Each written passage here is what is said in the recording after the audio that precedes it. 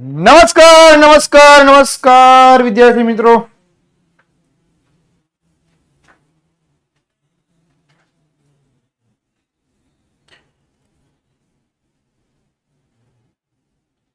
એક છે ને ઓલી શું કહેવાય વણ માંગેલી સલાહ આપી દો. વણ માંગેલી સલાહ એટલે પૂછ્યા પેલાની સલાહ. તમે જયારે લેક્ચરમાં આવો છો ને, જે આ હાઈ નો મેસેજ કરે છે ને, એક તો પેલા મને એને ગમતું જ નથી, બરાબર. એની કરતા ભગવાનનું નામ લખો, આને કે કોમેન્ટ જ ન કરો. ભગવાનનું નામ લખો, એ બાને ભગવાનનું નામ એક લેવાઈ જાય અને મને લાગે બાળકો ફટાફટ આવી ગયા. એટલે ભગવાનનું નામ લખવાનું રાખો. હાઈ નો મેસેજ નહીં કરવાનો, કારણ કે હાઈ આપણે કોઈ લેવાનું નથી. સાહેબ એ અંગ્રેજી વાળા હાઈ, ગુજરાતી વાળા હાઈ, ઉર્દુ અલગ હે. હા, મને ખબર છે, પણ આપણે કોઈની હાઈ નથી લેવાની. આપણે બધાને આશીર્વાદ દેવાના છે. બને ત્યાં સુધી આશીર્વાદ દેવાય બધાને, કે તારું ભલું થાય, તારું કલ્યાણ થાય, હે ને.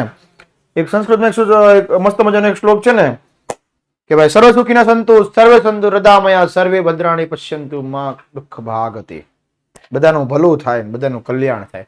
આપણે લોકોનું કલ્યાણ કરવાનું છે, કોઈની હાઈ લેવાની થતી નથી. એટલે તમારે જે ઈષ્ટદેવ હોય તમારા, રામ રહી, અલ્લાહ જે હોય લખો, પણ હાઈ લેવા દો, બરાબર ને. હા, હાઈ લેવાની થતી નથી, યાદ રાખજો, બરાબર. હા, ચાલો તો આપણે માં સરસ્વતીની યાદ કરી લઈએ. નમસ્તે શારદે દેવી વીણા પુસ્તક ધારિણી, વિદ્યારંભ કરિષ્યામિ, પ્રસન્ન તુ ભવ સર્વદા, પ્રસન્ન તુ ભવ સર્વદા. ચાલો, મારો અવાજ આવતો હોય તો મને દંડ લખીને મોકલી આપો, અને હું દેખાતો હોય તો પણ દંડ લખીને મોકલી આપો. યસ, ચાલો લેટ અસ સ્ટાર્ટ. સામાજિક વિજ્ઞાન પ્રકરણ નંબર 11, ભારતનું ન્યાયતંત્ર. ગઈકાલે પણ તમને મેં બતાવ્યું હતું, આજે પણ બતાવી દઉં કે આ ચેપ્ટરમાં આપણે માત્ર 4-5 વસ્તુ જોવાની છે. સુપ્રીમ કોર્ટ, તો કે ये करके दिखाओ, ये સુપ્રીમ કોર્ટ, આના કાર્યો, આની સત્તા, એના વિશે અભ્યાસ કર્યો. પછી તો કે વડી અદાલત, તો કે ગુજરાતમાં છે સાહેબ, અમદાવાદમાં. હા, આ વડી અદાલતનું કાર્યક્ષેત્ર, એના વિશે પણ આપણે અભ્યાસ કરવાનો છે. એની સત્તા શું છે? ધારો કે સાહેબ, તો કે હા, મારે વડી અદાલતના મારે જજ બનવું છે. વાહ, વડી અદાલતના મારે જજ બનવું હોય, તેની લાયકાત શું? ત્યારબાદ જિલ્લા અદાલત, જિલ્લા અદાલતનું કાર્ય શું છે? આ મોટી મોટી બિલ્ડિંગ છે? નહીં, કોર્ટ છે, પણ આ એનો બહારનું સ્ટ્રક્ચર છે. આ સુરતની કોર્ટનું મેં ફોટો મૂકેલો છે. તમારા જિલ્લા પણ આવી હશે, તમારા જિલ્લામાં પણ આવી કોર્ટો હશે. રેડી? ચાલો તો શરૂ કરીએ. વડી અદાલતનું અધિકાર ક્ષેત્ર. ચાલો, થોડુંક ચેપ્ટર છે ને, મતલબ કહેવાય ને કે કોમ્પ્લિકેટેડ છે, એટલે થોડુંક ધ્યાન આપજો. કોમેન્ટ ઉપર બહુ ધ્યાન ન દેતા. વડી અદાલતની સત્તા અને એનું કાર્યક્ષેત્રને નીચેના 3 અધિકારમાં વહેંચ્યું છે. વડી અદાલતનું કાર્યક્ષેત્ર એટલે કે અધિકાર ક્ષેત્ર, એટલે કે એને કયા કામ કરવાના છે. પહેલું કીધું મૂળભૂત અધિકાર, તો કે વડી અદાલતને નાગરિકના મૂળભૂત હકોના ભંગ બદલ કોઈ પણ વ્યક્તિ, અથવા તો ટૂંકમાં આમ કે છે એમાં કે વ્યક્તિને, કોઈ વ્યક્તિ ગુનો કરે છે, અથવા સત્તામંડળ એટલે કે ગ્રુપ, અથવા સરકાર સામેના આદેશો અથવા હુકમો અથવા પરમાદેશ,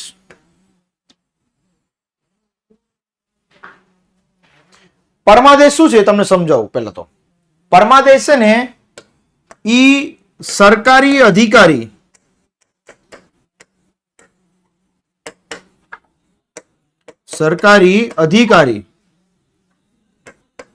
કામ ન કરે અથવા યોગ્ય ન કરે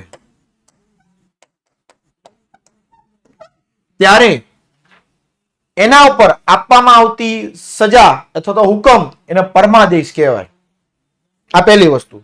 કોઈ પણ સરકારી અધિકારી વ્યક્તિ કામ ન કરે અથવા યોગ્ય કામ ન કરે તો એના ઉપર હુકમ ફરમાવવાનું કામ વડી અદાલત કરે છે, એને પરમાદેશ કીધો.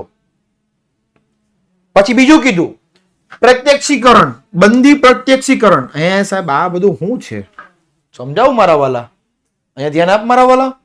અચ્છા, તો બંદી પ્રત્યક્ષીકરણ એ છે કે ગુનેગાર વ્યક્તિ ગુનો કરે છે, જે વ્યક્તિ એ ગુનેગાર વ્યક્તિને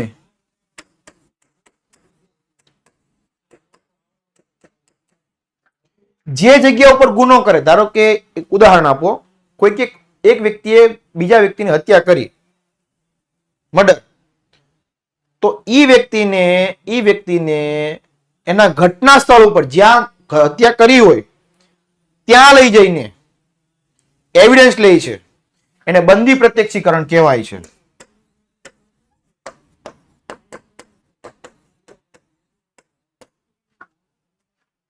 તો વ્યક્તિ કાયદાનો ભંગ કરે અથવા સરકાર સામે કોઈ આદેશો આપે અથવા કામ ન કરે અથવા ગુનો કરે અથવા તથા રીત કાઢવાની સત્તાઓ, એટલે કે આજ્ઞાપત્રોને ફરમાવવાની તથા રીત કાઢવાની સત્તાઓ, એટલે કે આ બધા જ કામની સત્તા વડી અદાલતને આપવામાં આવી છે. ટૂંકમાં કોઈ પણ ગુનો કરે એને સજા ફટકારવાનું કાર્ય વડી અદાલતનું છે. આગળ કીધું મેં કે કોઈ પણ વ્યક્તિ ગુનો કરે છે, નિયમને ધ્યાન રાખતો નથી અને ગુનો કરે છે, તેને સજા ફટકારવાનું કાર્ય વડી અદાલતનું છે. આગળ કંપનીને લગતા નિયમોમાં કોઈ ભંગ થાય, લગ્નના છૂટાછેડા, ડિવોર્સ, બે પતિ પત્ની હોય ને એને આમ વચ્ચે તકરાર થઈ જાય, ઓલા કે માલે તાલી નથી લેવું, તો ઓલો એની પત્ની કે માલે તારી નથી રહેવું, તો બે છૂટા પડી જાય, ત્યારે એને છૂટાછેડા થયા કહેવાય, ડિવોર્સ. તું તારા ઘરે, મારા ઘરે. ભરણ પોષણ એટલે શું કે ભાઈ બંને પતિ પત્ની તો છૂટા પડી જાય છે, તો બાળક કોની પાસે? તો કે એવા કેસમાં કોર્ટ એમ કે છે કે જ્યાં સુધી બાળક અસમજુ હોય ત્યાં સુધીની તમામ જવાબદારી માતાને આપે છે. તો માતાને આપી દે. હવે ડિવોર્સ થઈ ગયા એટલે બે અલગ અલગ થઈ ગયા, તો માતા કદાચ અલગ રહેવા વહી જાય ઘરે, મતલબ એનું કોઈ મતલબ એના માતા પિતા હોય જ નહીં અને માતા હાવ અલગ થઈ જાય, તો બાળકનો ખર્ચો ને માતાનો ખર્ચો કોણ આપે? તો કે એના પતિને આપવો પડે. એવું કોર્ટમાં કહે છે ને ભરણ પોષણ કહેવાય. બરાબર? એટલે પતિ દ્વારા પત્નીને આપવામાં આવતા નાણાં એને ભરણ પોષણ કહેવાય. અથવા ભરણ પોષણને લગતા કેસ ચલાવવાની સત્તા પણ વડી અદાલતને છે. જોયું? છૂટાછેડા થાય તો પણ વડી અદાલતમાં આવી જાઓ. પિતાને જ્યાં સુધી બાળક અસમજુ હોય ત્યાં સુધીની જવાબદારી માતાને જ આપે છે, પિતાને આપતા નથી. બરાબર? આ બધું બંધારણમાં લખેલું છે ભાઈ, એમાં મારું ઘરનું કઈ હાલતું નથી. અદાલતનો તિરસ્કારને લગતા અથવા તો જમીન મહેસૂલ, મહેસૂલ એટલે ખબર ને, જમીન પર લેવામાં આવતો કર, એને મહેસૂલ કહેવાય. 8મા માં આવી ગયું, 9મા ધોરણના પહેલા ચેપ્ટરમાં આવી ગયું, બધે આગળ આવી ગયું. ઉઘરાણીને લગતા અથવા જમીન સંપદાને લગતા, એટલે જમીનને લગતા અથવા વળતર, વળતર એટલે ખબર ને કે ભાઈ કઈ વસ્તુ લીધી હોય પણ એ ખરાબ નીકળી હોય તો સામે એટલા પૈસા રિટર્ન કરી દેવા પડે. તમે વસ્તુ લેવા ગયા હોય, વસ્તુ ડુપ્લિકેટ નીકળે, દુકાનદારને કહો ને, એ તાતા આ થોતું આપ્યું તમે, ડુપ્લિકેટ દઈ દીધું, હાલો પાછું લઈ લ્યો, દુકાનદાર પાછું લઈ લ્યો. તમે શું કહો? પૈસા આપો, પૈસા લાવો પાછા, પૈસા, હે ને? તેને વળતર કયું કરાય. તો વળતરને લગતા કોઈ પણ કેસ હોય તો એની પણ સત્તા વડી અદાલત પાસે છે. બધું વડી અદાલત પાસે. હા, ચાલો. તમામ દીવાની અને ફોજદારી. હવે દીવાની અને ફોજદારી આપણે ગઈકાલે ભણી ગયા. જમીન, મકાન, મિલકત ના કેસ દીવાની, ફોજદારી, ચોરી, લૂંટફાટ, હત્યા, ગુનાઓ એ બધા ફોજદારીમાં. ટૂંકમાં આમાં બધા નાના નાના ગુના આવે, આમાં બધા મોટા મોટા કહેવાય, બહુ મોટા. આવા નીચલી અદાલતે આપેલા ચુકાદાઓ સામે રીટ અરજીઓ, ચૂંટણીને લગતી પડકારો, કાયદાને લગતી પડકારતી આવી તમામ પરીક્ષા સંબંધી જોગવાઈઓને પડકારતી પિટિશનો એટલે કે કહેવાય ને કે ન્યાય પ્રણાલી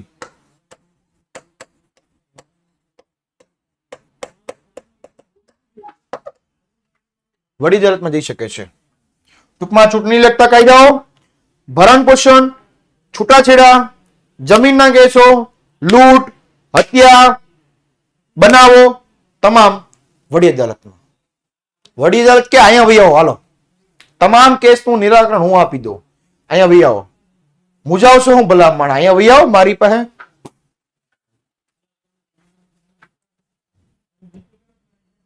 બીજું કે અપીલ. વડી અદાલતના કાર્યક્ષેત્રમાં રાજ્યમાં આવેલી નીચલી અદાલતો ચુકાદાઓમાં વિરુદ્ધ વડી અદાલત અપીલો સાંભળે છે. એટલે કે જો ધારો કે જે વ્યક્તિને જિલ્લા અદાલતમાં નિરાકરણ ન મળ્યું હોય તો એ ક્યાં જાય? ઘેર જઈને બેસી જાય, મને તો નિરાકરણ નહીં મળ્યું, નહીં, એને આગળ જવાનું છે વડી અદાલતમાં. મેં પહેલા તમને કીધું હતું કે જો સૌથી પહેલા કેસ ક્યાં જાય? ટ્રાયલ કોર્ટમાં, વિશિષ્ટ અદાલત, આગળ તાંબાની તાલુકા અદાલત, આગળ જિલ્લા અદાલત, આગળ વડી અદાલત, છેલ્લે સર્વોચ્ચ અદાલત. એક સૂત્રી છે લાઈનમાં જ. અહીંયા ન મળે તો અહીંયા, અહીંયા ન મળે તો અહીંયા, અહીંયા ન મળે તો અહીંયા, અહીંયા ન મળે તો અહીંયા, અહીંયા ન મળે તો અહીંયા, છેલ્લે સાહેબ ઉપર વી આવી ક્યાં બહુ બરાબર. તો આ અદાલત એની અપીલ સાંભળે છે, એને અપીલ ક્ષેત્રાધિકાર કહેવાય. વડી અદાલત એમ કહે છે કે ભાઈ તાંબાની અદાલતમાં અને જિલ્લાની અદાલતમાં તમારું નિરાકરણ ન આવે તો મારી પાસે આવો, હું બેઠો છું, એવું કહે છે. કોણ? વડી અદાલત. સમજાય છે?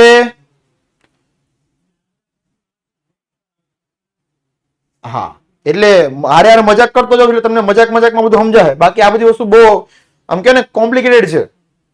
કઈ અદાલત કોની યાર હું વાત કરે બહુ ઓલું છે, એટલે હારે હારે મજાક કરતો જાઉં છું બરાબર. એટલે કંટાળો ન આવે અને સમજાઈ જાય. એકદમ ગુજરાતી અને દેશી ભાષામાં વાત કરું છું. વડી અદાલતને પોતાના તાંબાની અદાલતો કે ટ્રિબ્યુનલ ચુકાદાઓ સામે અપીલ દાખલ કરી સાંભળે છે. જિલ્લા ફોજદારી અદાલતો એટલે કે સેશન કોર્ટ ના ન્યાયાધીશ જ્યારે આરોપીને ગુના બદલ 4 વર્ષ કરતા વધારે મુદતની સજા કરે તો તે ચુકાદા વિરુદ્ધ વડી અદાલતમાં પક્ષકાર અપીલ કરી શકે છે. એટલે કે સેશન કોર્ટમાં ગુનેગારને 4 વર્ષ કરતા વધારે સજા આપે તો વ્યક્તિ વડી અદાલતમાં જઈને કહે કે સાહેબ મારી યાર ખોટું થયું, મને સેશન કોર્ટે 4 વર્ષની સજા આપી, એટલી બધી ન હોય સાહેબ, તમે કઈક જોવો નહીં, બરોબર ને, એવું કે વડી અદાલત વાળા એમ કે કાંઈ વાંધો નહીં ભાઈ, હાલો તમે આવ્યા છો ને તો હું જોઈ લો શું થાય એમ છે, મારથી થાય એમ હોય તો હું કરી દઈ, એવું વડી અદાલત કહે છે. સેશન કોર્ટને કોઈ આરોપીને તેના નીચની ફોજદારી અદાલતના ચુકાદાથી વિરુદ્ધ હત્યાના આરોપસર તો મૃત્યુદંડની સજા ફરમાવી હોય ત્યારે વડી અદાલતમાં અપીલ કરી શકે છે. સેશન કોર્ટમાં કોઈ પણ આરોપીને નીચલી અદાલતમાં એનો કેસ કરતા વિરુદ્ધ સજા ફટકારી હોય તો જેની સજા ફટકારવાની નથી એવા બેકસૂર વ્યક્તિને સજા ફટકારી દે તો એ એમ કે ભાઈ નહીં, સેશન કોર્ટમાં મને ખોટી સજા મળી છે તો મારી યાર તો અન્યાય થયો, તો હવે મારે ક્યાં જવાનું? તો કે મારે જવાનું છે જિલ્લા અદાલતમાં, એટલે કે વડી અદાલતમાં જવાનું છે. ટ્રિબ્યુનલ ચુકાદાથી પણ જે વ્યક્તિ નારાજ થયો હોય, ટ્રિબ્યુનલ કોર્ટમાં જે વ્યક્તિ ગયો હોય એને ત્યાંય નિરાકરણ ન મળ્યું હોય તો એને ક્યાં જવાનું? તેને પણ જવાનું વડી અદાલતમાં. ટૂંકમાં વડી અદાલત એમ જ કહે છે બધા એવી આવો, હાલો હું તમારું બધાનું નિરાકરણ કરાવી દઉં. સેશન કોર્ટ વાળાને કે તું એવી, ટ્રિબ્યુનલ કોર્ટ વાળાને કે તું એવી, હાલ શું પ્રશ્ન છે તારે? તો મારે આ પ્રશ્ન છે, કાંઈ વાંધો નહીં, હાલ સાઈડમાં ઘડીક બેસી જા. સેશન કોર્ટ વાળા આવે કે સાહેબ મારી યાર આવું થયું, કાંઈ વાંધો નહીં, હાલ તું ઘડીક બેસી જા પાછળ, તને તારો ચુકાદો આપી દેવું. બધા બેસી આવો, હાલો ગાડીમાં બેહવા જ મળો, એટલે તમને બધાને એક એક એક એક કરી નિરાકરણ આપતા જઈએ.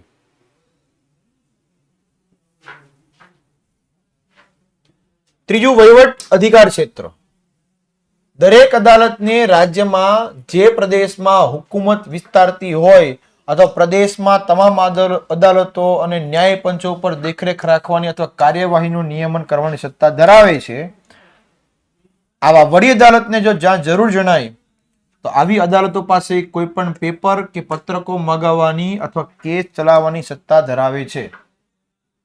નીચલી કોર્ટમાંથી જ્યાંથી કેસ આવ્યો હોય ત્યાંથી એના જૂના કેસ, જૂના પેપરો મંગાવે અને વડી અદાલત જોવે કે ભાઈ આ કેસ કઈ રીતનો હતો, કઈ રીતનો કેસ હતો, એ બધું એના પર સમીક્ષા કરે, ત્યારબાદ આગળ કેસ ચાલે છે. પોતાના તાબા હેઠળની અદાલતોનો વ્યવહાર અને કાર્યવાહીનું નિયમન કરવા માટે સામાન્ય નિયમ ઘડી શકાય છે, પરંતુ વડી અદાલતો વિવિધ પ્રકારની ફીના ધોરણ, કોષ્ટકો નક્કી કરી શકે છે. હા, બીજા પાસેથી કાર્યવાહી માંગી શકે છે, પણ વડી અદાલતના કાર્યમાં કઈ પણ ઓલું હોતું નથી. ટૂંકમાં વડી અદાલત જે કે એ પ્રમાણેના ધારા ધોરણ ચાલે. સત્તા વડી અદાલતને વધારે આપવામાં આવી છે.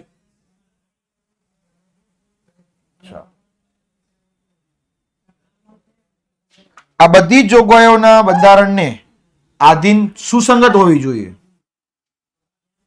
કાયદો નવો બને, નિયમ નવો બને તો એ બંધારણને વેલિડ હોવું જોઈએ. તમે કાલ ઉઠીને એમ કહો કે ગુજરાતમાં શિક્ષણ કાઢી નાખો, તમે કાલ ઉઠીને કહો કે ભાઈ ગુજરાતમાં બિનજરૂરી ધંધા ચાલુ કરો અથવા આ ખોટા વ્યવહાર ચાલુ કર્યો, ન વેચવાની વસ્તુ વેચો, તો એ ન હોવું જોઈએ. એ બંધારણને ધ્યાને રાખી ન હોવું જોઈએ. ચાલો, અને તાંબાની અદાલતોને તેઓએ હિસાબો અને નોંધો કેવી રીતે રાખવી તેનું માર્ગદર્શન વડી અદાલત આપે છે. વડી અદાલત તાંબાની અદાલતને કહે કે તમારે આ રીતે કામ કરવાનું છે, કારણ કે મોટો નાનાને સમજાવે ને કે તારે આમ કરવાનું છે. હા, જરૂર પડે તો એને સલાહ સૂચન પણ આપે. કોણ? વડી અદાલત. કોને આપે? તાંબાની અદાલતને.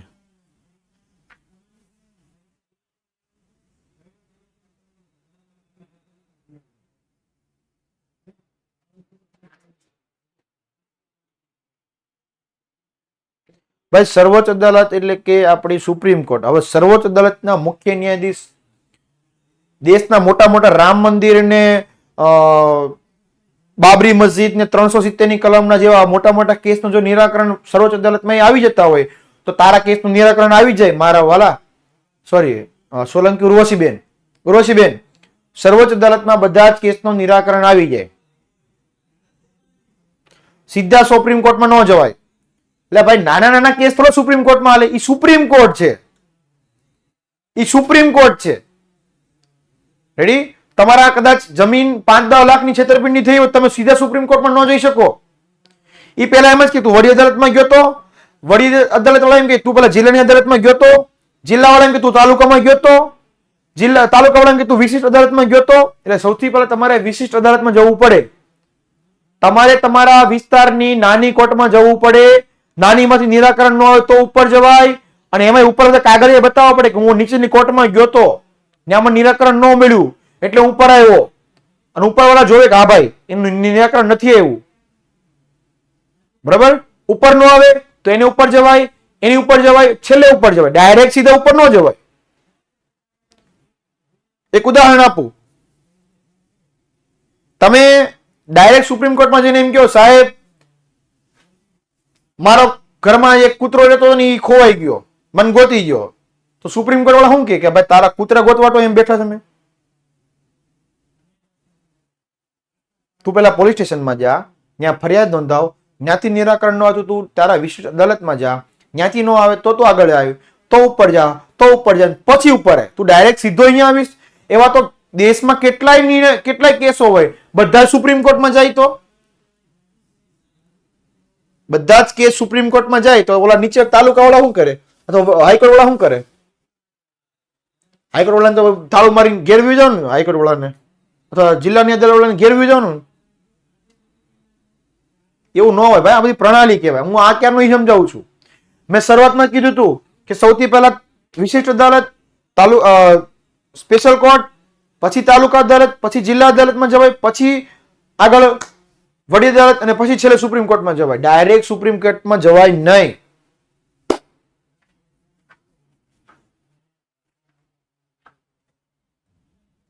ચાલો, આ ચેપ્ટરમાં મોટા ભાગે શું પૂછાય છે? લાયકાતો વધારે પૂછાય છે.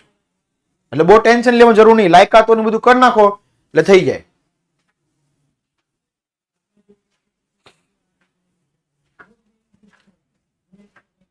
વડી અદાલત નઝીરી અદાલત તરીકે એટલે કે કોર્ટ ઓફ રેકોર્ડ નું સ્થાન ધરાવે છે અને વડી અદાલત પોતે આપેલા ચુકાદાઓ, નિર્ણયો યોગ્ય અને વ્યવસ્થિત સ્વરૂપમાં સંગ્રહિત કરે, એટલે કે એને એવિડન્સ ભેગા કરે. એવિડન્સ ભેગા કરે અને જે ચુકાદાઓ કે નિર્ણય તાંબાની અદાલત માટે આખરી ગણાય અથવા ભવિષ્યમાં અન્ય મુકદ્દમાઓમાં પણ નિર્ણય લેવા માટે માર્ગદર્શક બની શકે છે. વકીલો તેમની તરફેણ અથવા વિરુદ્ધમાં દલીલો આ ચુકાદાઓના સંદર્ભ તરીકે ટાંકીનો ઉપયોગ કરતા હોય છે અને આ અદાલતોને પોતાના તિરસ્કાર એટલે આમ કહેવાય ને કે આમ શું કહેવાય, નિર્ણય ન માને અથવા વિરુદ્ધમાં માને તો એને સજા ફટકારવામાં આવે છે. વડી અદાલતે જે નિર્ણય આપ્યો એ તમારે માન્ય રાખવો પડે. તમે એમ કહો નહીં મારે માન્ય નથી રાખવો તો એમ ન હાલે. ગુજરાતના વડી અદાલત ક્યાં આવી? તો કે સરખેજ ગાંધીનગર ખાતે હાઈવે ઉપર છે, સોલા અમદાવાદમાં. બતાવો સાહેબ, આ વડી અદાલત બતાવો. આવી રહી જો સોલા અમદાવાદ ખાતે જે વડી અદાલત આવી ને આ એનો ફોટો.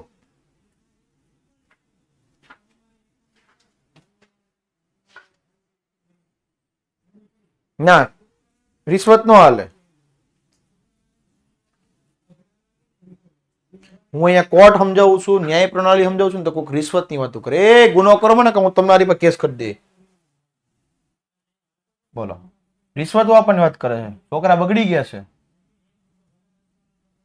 એ હાલ છે જ નહીં ભાઈ. ભારતનું ભવિષ્ય બગડે છે, રિશ્વત આપવાની વાતો કરે છે. હું અહીંયા કોર્ટો સમજાવું છું, વડી અદાલત સમજાવું છું, રિશ્વત આપવાની વાતો કરે છે. એ હાલ છે જ નહીં. કાંઈ નહીં, હવે હું તાંબાની અદાલતમાં તો કેસ કરી જ દી. હાલો, રાજ્યની વડી અદાલતના દેખરેખ હેઠળ એટલે કે રાજ્યની વડી અદાલત નીચે કોણ? તો કે તાંબાની અદાલત. તેના દેખરેખ, તેના નિયમન હેઠળ જિલ્લાની અને તાલુકા અદાલતો, fast track court. Fast track court એટલે હું સમજાવું, અમુક કેસ હોય ને એ મહત્વના કેસ હોય તો ઈ કેસ મહત્વના કેસ હોય ને તો એના માટે એને ફાસ્ટ ટ્રેક કોર્ટમાં મોકલે તો એનો નિર્ણય 1 કે 2 દિવસમાં આવી જાય. સોશિયલ મીડિયા પર અમુક વિડીયો વાયરલ થઈ ગયો હોય, કોઈકની હત્યા કરી નાખી હોય અથવા મોટા કોઈ કેસ કર્યો હોય વ્યક્તિએ, તો ઈ કેસ પોલીસ સ્ટેશનમાં થી કેસ પેલા તાલુકા અદાલતમાં અથવા તો ટ્રાયલ અદાલતમાં જાય તો ટ્રાયલ અદાલત વાળા એમ કે ભાઈ આ કેસ તો બહુ ગંભીર છે, સમગ્ર દેશની ઈ કેસ ઉપર નજર હોય. અમારા દરેક શહેરમાં અમુક કેસ થતા હોય મોટા મોટા કે જે સોશિયલ મીડિયામાં બે આડે ધડ મતલબ એમ કે ને લોકો સુધી પોગી ગયા હોય અને બધાને એમ હોય કે ભાઈ આ કેસમાં કોર્ટ શું નિર્ણય લેશે, અથવા કોઈ બળાત્કાર થાય, દેશની બહુ મોટી ગંભીર ગુના કરે તો એવામાં કેસ ફાસ્ટ ટ્રેક કોર્ટમાં જાય. એસી નો વપરાય તો હું જ્ઞાન તો છે 9મા વાળા. હા, છોકરાઓ એસી વપરાય? એસી વપરાય છોકરાઓ? દેખાય હે તો તું હજી યુવાન છો ભાઈ. મને નો દેખાય. હા ના બધું આવે પણ જો કે એટલું સીધું મને નો દેખાય. થોડું આંખ ફોડવી પડે, મારે થોડું ઝૂમ કરવું પડે, એટલું બધું નહીં, વાંધો નહીં. એટલો બધો બુઢો નથી ગયો હું. એટલું હોય મારે. સરસ. એસી નો વપરાય. તેથી આ નવે નો એસી બંધ રાખો તો જ્ઞાન દેવા માંડ્યો કે કાં?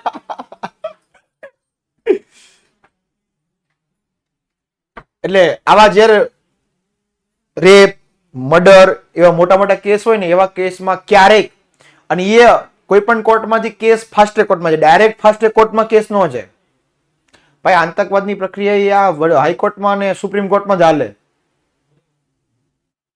બરોબર. પણ એ કેટલાક આતંકવાદી એના પર નિર્ભર હોય. એકાદ આતંકવાદી હોય તો સીધો સુપ્રીમ કોર્ટમાં ન જાય. ચાલો, એટલે આ અદાલતો ટ્રિબ્યુનલ અદાલતો અને કેટલીક વિશેષ અદાલતો હોય. ભાઈ અદાલતના અમુક પ્રકારો આવે અને જે તે અદાલતનું જે તે કામ હોય. ફેમિલી કોર્ટ હોય, સેશન કોર્ટ હોય, જમીનની હોય, કેસ કબાલાની હોય, અમુક લૂંટફાટની કે હોય કોર્ટ. દરેક કેસમાં અલગ અલગ અદાલતો હોય. એને વિશેષ અદાલતો કહેવાય, ટ્રાયલ અદાલતો કહેવાય, ફાસ્ટ ટ્રેક કોર્ટ અલગ અલગ, બધી અદાલતના અલગ અલગ કાર્યો હોય છે. પ્રત્યેક રાજ્યને વહીવટ એકમ જિલ્લામાં વહેંચવામાં આવ્યો છે અને જેમાં દીવાની અને ફોજદારી અને મહેસૂલી એટલે જમીન ઉપર લેવામાં આવતા કર.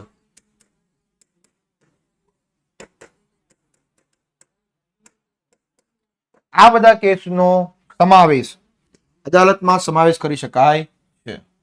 ટૂંકમાં તાંબાની અદાલતમાં દીવાની, ફોજદારી, ફાસ્ટ ટ્રેક, પછી ટ્રિબ્યુનલ કોર્ટો, આ બધી જ કોર્ટનો સમાવેશ કરવામાં આવે છે. જિલ્લા ન્યાયાધીશ કોઈ પણ રાજ્યના જિલ્લામાં ન્યાયાધીશ તરીકેની વ્યક્તિની નિમણૂક અને તેમની જગ્યા ઉપર નિયુક્ત, બઢતી એટલે કે પ્રમોશન, રાજ્યના હુકુમત વાપરવાની વડી અદાલત સાથે ચર્ચા વિમર્શ કરી જે તે રાજ્યપાલને આપવામાં આવે છે. એટલે જિલ્લા ન્યાયાધીશની નિમણૂક કોણ કરે? તો કે રાજ્યપાલ કરે. ગુજરાત રાજ્યના રાજ્યપાલ કોણ છે? નામ લખો તો.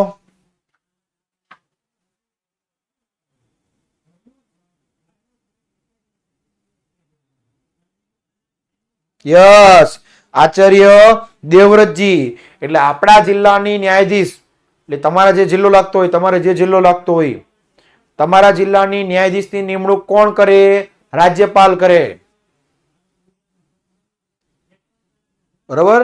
અને રાજ્યપાલને એવું જરૂર લાગે તો એ આગળ કેન્દ્રમાં પણ મદદ માંગી શકે, વડાપ્રધાનને પૂછી શકે, ઉપરાષ્ટ્રપતિને પૂછી શકે અને રાષ્ટ્રપતિને પણ પૂછી શકે, પણ એને જરૂર લાગે તો. ચલો, ઉલ્વા કૃષ્ણા રોહિતભાઈ, બેટા જે સવાલ પૂછું ને જવાબ આવડતો હોય તો જ લખવાનો, કારણ વગરની કોઈ પ્રકારની મસ્તી કરવાની નહીં. બરાબર. ઉલ્વા કૃષ્ણા રોહિતભાઈ, અને મજાક મસ્તી કોમેન્ટમાં નહીં આપવાની. હું એમ પૂછું છું ગુજરાત રાજ્યના રાજ્યપાલ કોણ છે, તો એ કે દેવાજ ખવડ. આ કોઈ રીત ખરી તમારી? બધી વસ્તુ મજાક. હું કઈ મજાક કરાવું છું અહીંયા હું? વાહ.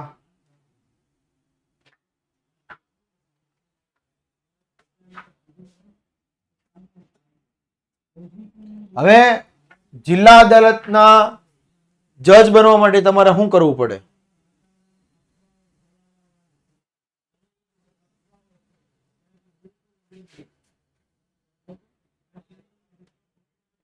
એમએલએ હેત પૂછે છે. એમએલએ એટલે શું? એમએલએ એટલે મેજિસ્ટ્રેટ ઓફ લેજિસ્લેટિવ એસેમ્બલી, એટલે કે ધારાસભ્ય કહેવાય. એમએલએ એટલે ધારાસભ્ય કહેવાય. એ 10મા ચેપ્ટરમાં આપણે આવી ગયું ધારાસભ્ય.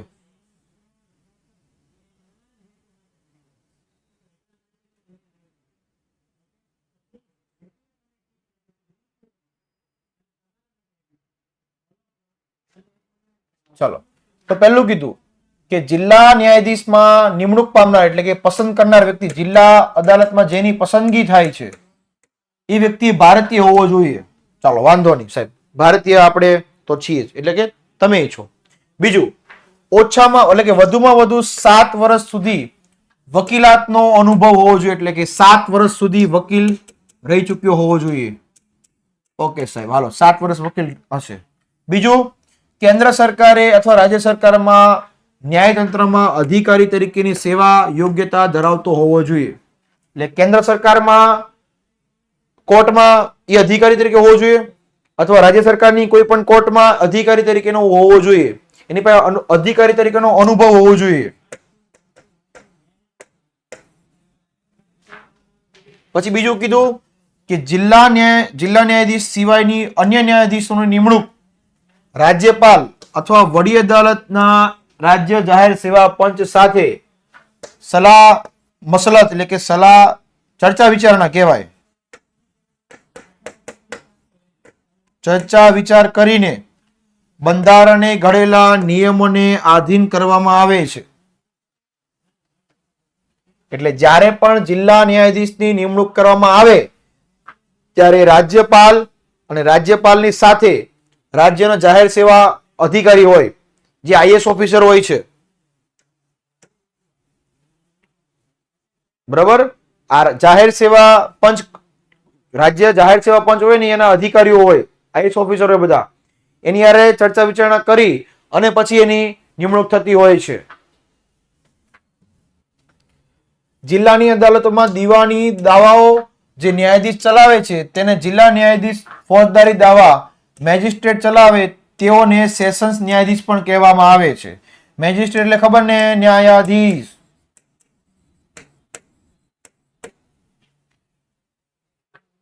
ચાલો આગળ જઈએ.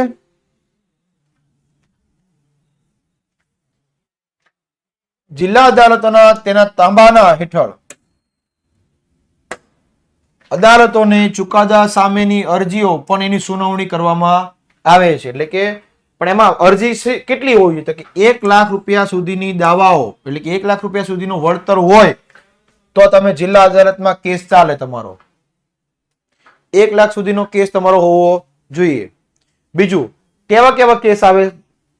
તો કે લગ્નના કેસો, છૂટાછેડા, ભરણ પોષણ. હમણાં કીધું એમ ભરણ પોષણ એટલે માતા પિતા અલગ થઈ જાય, પણ બાળકનું શું? તો કે બાળક માતાને આપવામાં આવે. તો માતાને નાણાના પૈસા એટલે કે નાણાની સહાય કોણ કરે? તો કે પિતા દ્વારા કરવામાં આવે. છૂટાછેડા ભલે થઈ ગયા હોય છતાં પણ જ્યાં સુધી બાળક કમાતો ન થાય ત્યાં સુધી ભરણ પોષણના પૈસા માતાને આપવા પડે. એટલે લગ્ન કરતા પહેલા વિચાર કરી લેજો કે ધારો કે છૂટાછેડા થઈ જાય તો જ્યાં સુધી તમારો છોકરો કમાતો નહીં થાય ત્યાં સુધી પૈસા દેવા પડશે.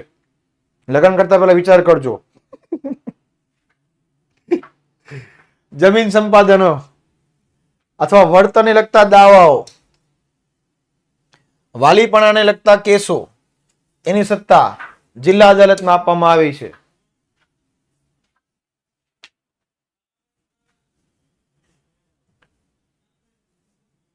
ફોજદારી અદાલતો, ફોજદારી એટલે ખબર ને, ચોરી, લૂંટફાટ, હત્યા, એ બધી ફોજદારી અદાલતો કહેવાય. ફોજદારી અદાલતમાં session court, first class judicial magistrate એટલે કે ન્યાયાધીશ હોય ઉચ્ચ કક્ષાના, સેકન્ડ ક્લાસ જ્યુડિશિયલ મેજિસ્ટ્રેટ એટલે કે ફર્સ્ટ ક્લાસ કરતા નીચેના ન્યાયાધીશો. લેવલ આવે, અનુભવનું લેવલ આવે કે ભાઈ અમુક જજ હોય એને બહુ અનુભવ હોય, અમુકને ઓછો અનુભવ હોય, અમુકને નીચેનો અનુભવ, અમુક નીચે હોય, એવી રીતે.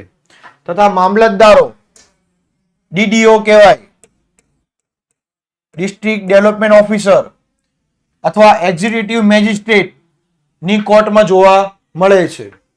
આ કોર્ટમાં 3 વર્ષ સુધીની કેદની સજા થી માંડી 10 વર્ષ સુધીની સજા અથવા 5,000 રૂપિયા કે તેથી વધુ રકમની દંડની અથવા હત્યાના કેસમાં મૃત્યુદંડ પણ આપે, એટલે કે જીવે ત્યાં સુધી, અથવા ફાંસીની સજા પણ આપી દે, લટકાવી દો એને, પણ ક્યાં? માછડે.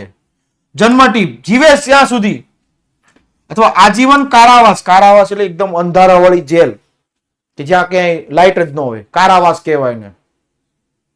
હે ને, દીવ પાસે છે કારાવાસની જેલો ને બધી. એક તો જેલમાં રહેવાનું, અંધારાવાળી જેલમાં રહેવાનું, એને બધું કારાવાસ બધી સજા કહેવાય. બહુ ખરાબ. આ ઉપરાંત small cause case, family court એટલે કે પતિ પત્નીના ઝઘડા, સાસુ વહુના ઝઘડા, એ બધા જ કેસ ફેમિલી કોર્ટમાં આવે. જમીન મહેસૂલના કેસો માટે મહેસૂલી અદાલતો એટલે કે જમીન ઉપર લેવામાં આવતી જે મહેસૂલી અદાલત ઈ મજૂરોના વિવાદો હોય તો એના માટે મજૂર અદાલત. મજૂરને મજૂરી ચૂકવવું નહીં તમે તો એ મજૂર કેસ કરે, મજૂર સંઘ પણ આવે. અને ક્યાં જાય કેસ? તો કે મજૂરની અદાલતમાં જાય, લેબર કોર્ટમાં જાય. એવી ખાસ અદાલતો એટલે કે ટ્રિબ્યુનલો રચવામાં આવી છે. ટ્રિબ્યુનલો એટલે ખાસ કોર્ટ, સ્પેશિયલ કોર્ટ કહેવાય એને. આ સ્પેશિયલ કોર્ટમાં કોનો સમાવેશ થાય? Small cause, family court, labour court, આ બધાનો સમાવેશ કરવામાં આવે છે. જેમ કે વાહન અકસ્માતમાં હોય તો ટ્રિબ્યુનલ, શિક્ષક અધ્યાપકની નોકરીના હક હિતોના રક્ષણ અર્થે તો ગુજરાત શૈક્ષણિક સંસ્થા સેવા ટ્રિબ્યુનલ, દેવા રિકવરી માટેની ટ્રિબ્યુનલો, ગ્રાહક સુરક્ષા માટે ગ્રાહક સુરક્ષા નિવારણ ફોરમ એટલે કે કન્ઝ્યુમર ફોરમ કહેવાય, જાગો ગ્રાહક જાગો, આ બધા જ અદાલત પોતાની ભૂમિકા ભજવે છે. પક્ષકારોને થયેલા નુકસાન અંગે, દાવાના નિકાલ અંગે વળતર આપવાની એટલે કે પૈસા પાછા આપવા માટે ન્યાય થાય છે. આ ઉપરાંત ગુજરાત રાજ્યના પ્રત્યેક જિલ્લામાં કેટલાક કેસો સામે ફાસ્ટ ટ્રેક કોર્ટ હોય છે. અમારે સુરતમાં ગ્રીષ્મા હત્યાકાંડ થયો હતો, બહુ ફેમસ છે કેસ. એ કેસ હતો એ ફાસ્ટ ટ્રેક કોર્ટમાં કેસ ગયો હતો. 3 દિવસમાં એનું નિરાકરણ આવી ગયું હતું. હા, ગુનેગારને સજા મળી ગઈ હતી. પોર્ટના કેસો ચલાવવા માટે પોર્ટો અદાલત અને ગુજરાતમાં રચવામાં આવી છે. આ બધી અદાલતોએ ન્યાયિક કાર્યવાહીનું વિકેન્દ્રીકરણ કરી એટલે કે અલગ અલગ કરી અને એક સૂત્ર ધોરણે સ્વતંત્ર, નિષ્પક્ષ એટલે ડર્યા વગર, તટસ્થ, કોઈના પક્ષમાં નહીં, જે સાચું હોય એવું જ, અને ન્યાયિક કામગીરી કરીને સૌનું ધ્યાન ખેંચ્યું છે અને લોકો જાગૃત બની તેનો લાભ ઉઠાવતા થયા છે. હવે અત્યારના લોકો બધું જોતા ગયા છે ભાઈ શું થાય છે.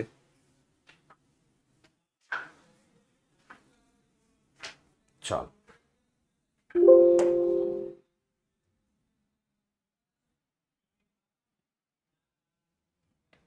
પછી છે લોક અદાલત. તો કે લોક અદાલત જે છે એમાં તો કે ગરીબો, સમાજના નબળા વર્ગો, આવા વ્યક્તિને ન્યાય મળે અથવા જો ન્યાયમાં વિલંબ થાય એટલે કે મોડું થયું હોય તો દરેક રાજ્યમાં એક લોક અદાલતની રચના કરવામાં આવી છે. આ અદાલતમાં તો કે કાનૂની સેવા સત્તા મંડળ અમદાવાદના ઉપક્રમે મફત અને કાનૂની સહાય મળે, લોકોને માર્ગદર્શન મળે, વ્યક્તિ છેતરાય નહીં, એ બધી જ માહિતી આપવામાં આવશે. લોક અદાલત રજાના દિવસોમાં રવિવારે પણ પક્ષકારની સંમતિ સાથે યોજવામાં આવે એટલે રવિવારે પણ કોર્ટ ચાલુ હોય લોક અદાલત. વાહ, સારું કહેવાય સાહેબ. જેમાં મોટર કાર અકસ્માત એટલે કે એક્સિડન્ટ, લગ્ન વિચ્છેદ એટલે કે છૂટાછેડા, હમણાં કીધું એમ ડિવોર્સ, ભરણ પોષણ એટલે કીધું એમ કે પતિ અને પત્ની બે અલગ છૂટા થઈ જાય તો બાળકનું કોણ, તેવા કેસમાં પતિને એટલે કે એના પિતાને એની માતાને ભરણ પોષણ આપવું પડે, અમુક પૈસા કોર્ટ જે નક્કી કરે ને ભરણ પોષણ આપવું પડે. એવી તમામ ફરિયાદો, લેણાની ફરિયાદો, પોલીસ ફરિયાદોના આધારે લોક અદાલત ચુકાદો આપતી હોય છે. જેમાં વકીલો, સામાજિક કાર્યકરો, કેળવણીકારો, પ્રતિષ્ઠિત નાગરિકો એટલે સારા વ્યક્તિઓ, ઉદ્યોગપતિ એટલે કંપનીના માલિકો, પોલીસ અધિકારીઓ, વીમા કંપનીના અધિકારીઓ, ન્યાયાધીશો અને ન્યાયિક અધિકારીઓ પણ જોવા મળે છે. જેમાં બંને પક્ષકાર વચ્ચે સંતોષ થયો હોય ત્યારે શાંતિ, સુલેહ અને સમાધાન જોવા મળે છે. જેમાં કોઈ હાર કે જીત હોતી નથી, પણ બસ કેસનું નિરાકરણ આવી જાય, સમયનો પણ બચાવ થાય છે અને વર્ષોથી અટવાયેલા કેસ હોય, વિલંબમાં પડેલા હોય, એનો ઝડપથી નિકાલ આવી જાય. વર્ષોથી જે ચાલી આવતા કેસ હોય એનો. આ માટે એનું કાનૂની પીઠબળ પૂરું પાડવામાં આવ્યું છે ને આથી જ લોક અદાલતમાં લોકોનું આકર્ષણ વધ્યું છે. કેમ? કારણ કે વર્ષોના કેસ બધા નિરાકરણ આવી જાય. અને એ પણ કેવી રીતે? શાંતિથી અને સમાધાનથી. ચાલો. ન્યાયતંત્રની સ્વતંત્રતા એટલે કે ન્યાયતંત્ર એક અલગ વિભાગ છે જેમાં એને ધારાસભા કે કારોબારીને પૂછવા જવું પડતું નથી, કારણ કે બંધારણમાં એને સત્તા આપેલી છે કે તમારે કોઈને પૂછવાનું નથી. ભારતીય બંધારણમાં સામાજિક, રાજકીય, આર્થિક એટલે કે સમાજને લગતું હોય, રાજકીય એટલે પોલિટિક્સ અને આર્થિક એટલે નાણાંના કોઈ પ્રશ્નો હોય ત્યારે ન્યાયતંત્ર ધારાસભા અને કારોબારથી સ્વતંત્ર છે, નિર્ભીક છે, એને કોઈનો ડર નથી, તટસ્થ છે, કોઈ પણના પક્ષમાં નિરાકરણ આવી જાય. અમીરને ફેસલા મળે એમ ન હોય, ગરીબને મળે, સાચું હોય એને ન્યાય મળે, ખોટું એ ખોટું, સાચું એ સાચું. કોઈ પ્રકારનું પક્ષપાતી વલણ ન હોય એમાં કે અમીરને ન્યાય મળે, ગરીબને ન મળે, એવું કાંઈ ન હોય.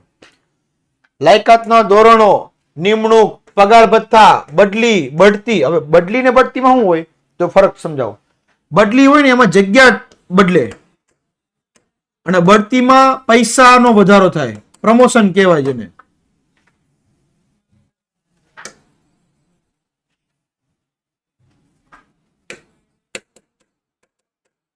તો આમાં છે ને તમારું ટ્રાન્સફર થયું કેવું ગણાય અને આમાં તમારું ઇન્ક્રીમેન્ટ થયું ગણાય.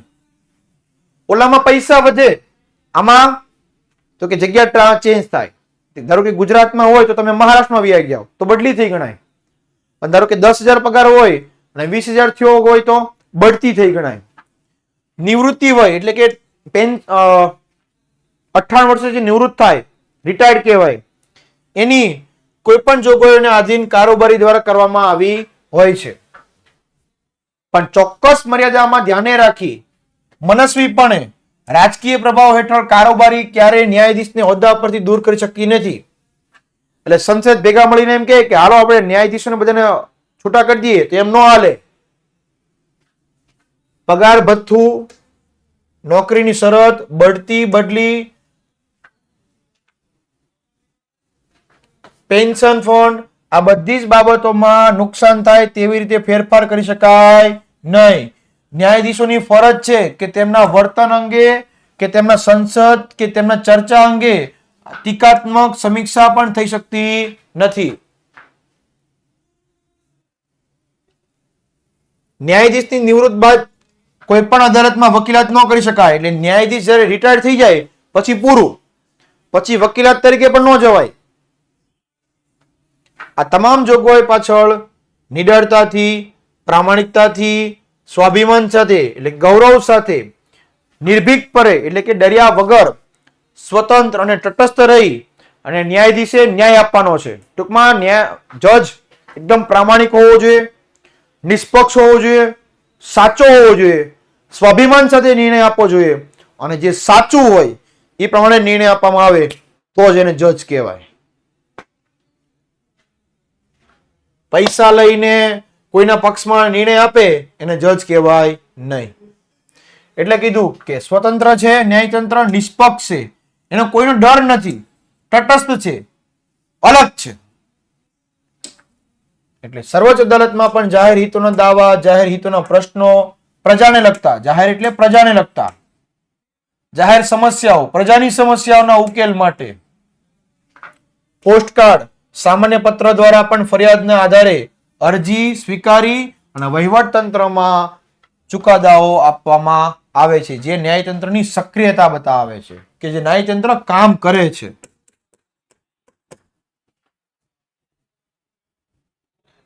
હમણાં ન્યાયતંત્ર પાસે 3.5 કરોડથી વધારે કેસ છે. ઓહો સાહેબ, આટલા બધા કેસ થાય છે, ગુનાઓ એટલા બધા થાય છે ભારતમાં. હા, શું કરું? કોઈને કામ મહેનત કરવી જ નથી હોતી.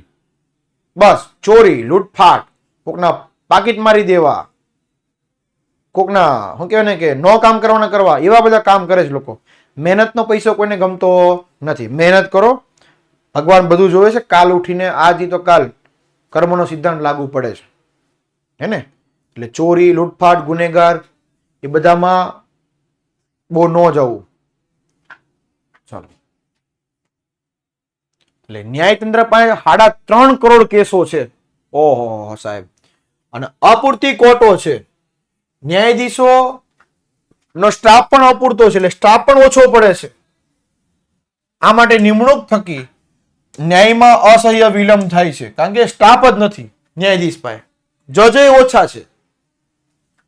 તો વિલંબને અટકાવવા માટે અંદાજે 1,500 થી વધુ જૂના અને અપ્રસ્તુત કાયદાઓને બદલવાની તૈયારી વર્તમાન કેન્દ્ર સરકાર કરી રહી છે. એટલે નવા નવા કાયદા લાવશે જેનાથી ગુના ઓછા થશે. અત્યારે તમે જુઓ ને, આરટીઓ નો અથવા તો કોઈ પણ તમે સિગ્નલ તોડો એટલે હવે તમારા પર સીધો દંડ ફટકારવામાં આવે. અત્યારે કોઈ પણ ગુનેગાર ગમે એમ ગુના કરી શકતો નથી, બીવે છે પોલીસથી.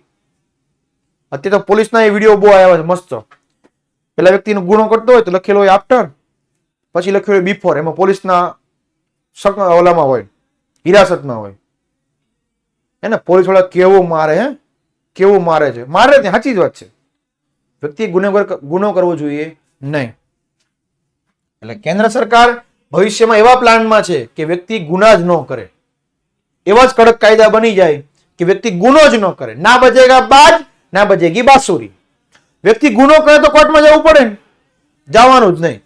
એટલા માટે કાયદા જ કડકમાં થઈ જશે.